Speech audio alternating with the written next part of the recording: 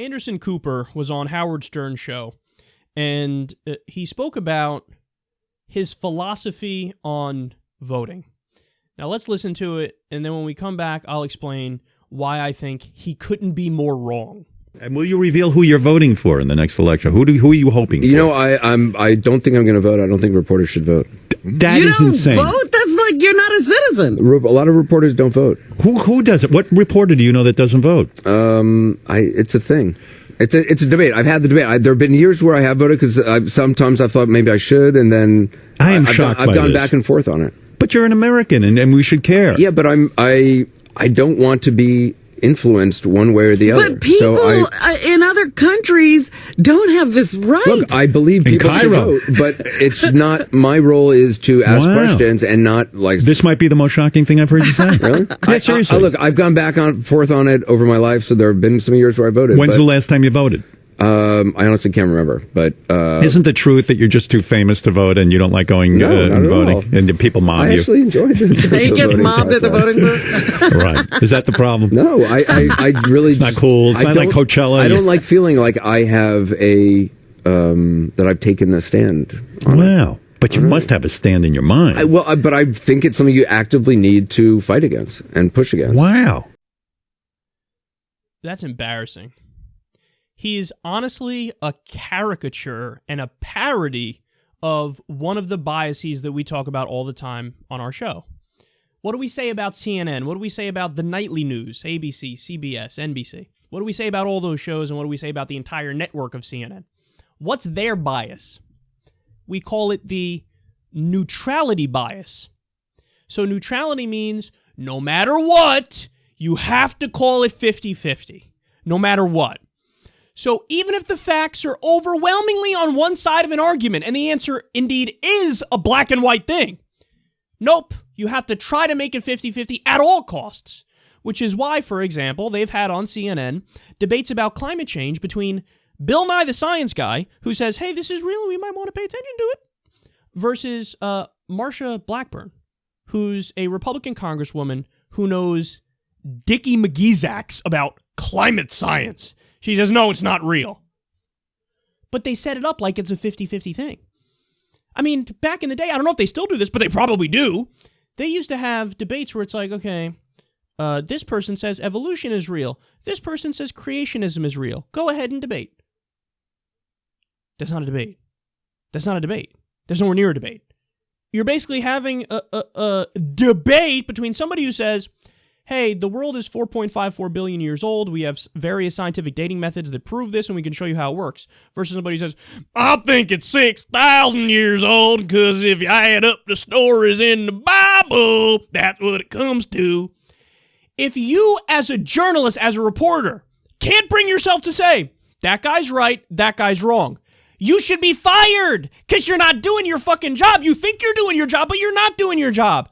Take Anderson Cooper's mindset and just place it at different times in history. So if CNN was around during the Civil Rights Act and the Voting Rights Act, how would Anderson Cooper have covered that? How would he have covered the Civil Rights Movement? Look, if he sticks to his principle of you got to fight against what you think is the truth, you can't be biased no matter what. You can't actually like go vote for somebody and care. No, you can't determine somebody's right and wrong. Well, how would that manifest itself? You know, on the one hand, we have these peaceful guys marching, this guy Martin Luther King, who's talking about peace and talking about acceptance and tolerance and an anti-racist message. And on the other hand, we have this guy, Bull Connor, who's a racist prick, sicking dogs on, protesting young black kids. There's two sides to this story. One side says, hey, you're violating law and order, and the law is segregation, so you need to know your role and get in your place, boy.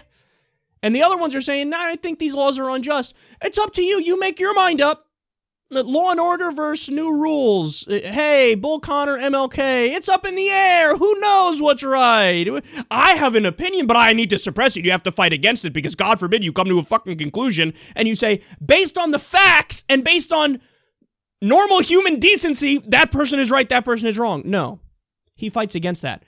That's why Anderson Cooper has been with CNN for so many years. That's why he has a primetime show. That's why they love him. And that's why his ratings blow donkey nuts.